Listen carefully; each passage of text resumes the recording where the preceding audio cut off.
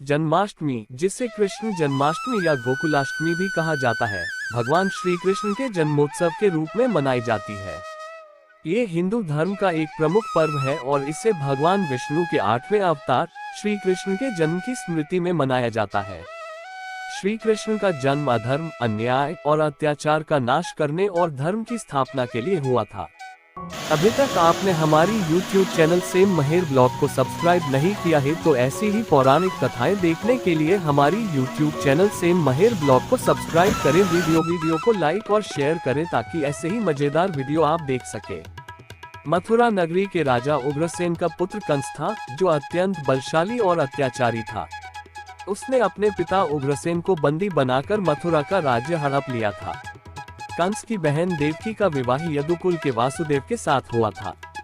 विवाह के समय कंस अपनी बहन देवकी को विदा कर रहा था, तभी आकाशवाणी हुई कि देवकी का 8वां पुत्र कंस का वध करेगा।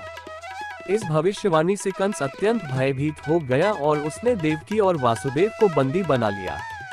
कंस ने देवकी और वासुदेव के सभी बच्चों को जन्म के तुरंत बाद ही मारने का आदेश दिया। उसने अपने दरबारियों को आदेश दिया कि जब भी देवकी को संतान हो उसे मार दिया जाए। इस तरह कंस ने देवकी के पहले 7 बच्चों को मार डाला।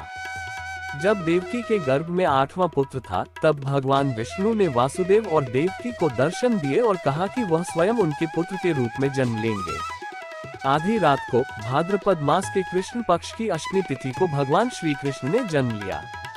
उनके जन्म के समय चारों ओर दिव्य प्रकाश फैल गया और कारागार के द्वार स्वयं खुल गए। वासुदेव ने भगवान विष्णु के आदेश पर श्री कृष्ण को नंदगांव में अपने मित्र नंद बाबा के पास छोड़ने का निर्णय लिया। उन्होंने बालक श्री कृष्ण को एक टोकरी में रखा और यमुना नदी पार कर गोकुल पहुंचे। इस दौरान यमुना नदी में बाढ़ थी, लेकिन जैसे ही वासुदेव नदी में उतरे, नदी का जल घट गया और शेषनाग ने अपने फन से श्री कृष्ण को ढक लिया। वासुदेव ने बालक को नंद बाबा और यशोदा के सुपुर्द कर दिया और यशोदा के नवजात बेटी को लेकर वापस कारागार लौट आए। कंस ने जब उस बच्ची को मारने का प्रयास किया तो वह देवी रूप धारण कर आकाश में चली गई और कंस को बताया कि उसे मारने वाला बालक गोकुल में जन्म ले चुका है। कंस को ये जानकर अत्यंत चिंता हुई और उसने श्री कृष्ण को मारने के लिए कई प्रयास किए, लेकिन हर बार उसे असफलता ही हाथ लगी। श्री कृष्ण ने अपने बाल्यकाल में अनेक अद्भुत लीलाएं की, जैसे पूतना का वध, जिसने उन्हें विष देने की कोशिश की थी, और कालिया नाग का दमन, जिसने यमुना नदी को जहरीला बना दिया था। उन्होंने गोवर्धन पर्वत को अपनी छोटी अंगुली पर उठाकर इंद्र के क्रोध से गोकुलवासियों की रक्षा की। श्री कृष्ण ने जब यौवन प्राप्त किया तो उन्होंने मथुरा जाकर कंस का वध किया और मथुरा को उसके अत्याचार से मुक्त कराया। इसके बाद उन्होंने अपने माता पिता को कारागार से मुक्त कराया और उग्रसेन को पुनः मथुरा का राजा बनाया। जन्माष्टमी का पर्व हिंदू धर्म में विशेष धार्मिक महत्व रखता है।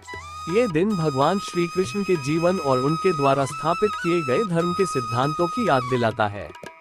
गीता के उपदेश, जो उन्होंने महाभारत के युद्ध के दौरान अर्जुन को दिए थे, इस दिन विशेष रूप से याद किए जाते हैं। गीता का संदेश जीवन में नैतिकता, धर्म और सच्चाई के मार्ग पर चलने की प्रेरणा देता है।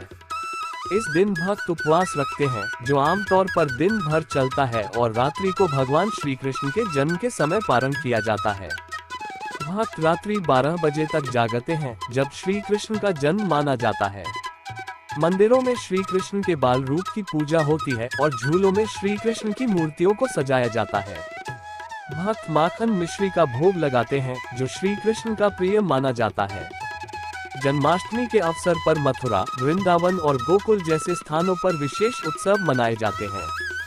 वहां झांकियां, रासलीलाएं और अन्य सांस्कृतिक कार्यक्रमों का आयोजन होता है। महाराष्ट्र में दही हांडी का आयोजन किया जाता है, जिसमें लोग एकत्रित होकर मानव पिरामिड बनाते हैं और ऊंचाई पर टंगी मटकी को फोड़ते हैं, जो श्री कृष्ण की बाल लीलाओं की याद दिलाता है।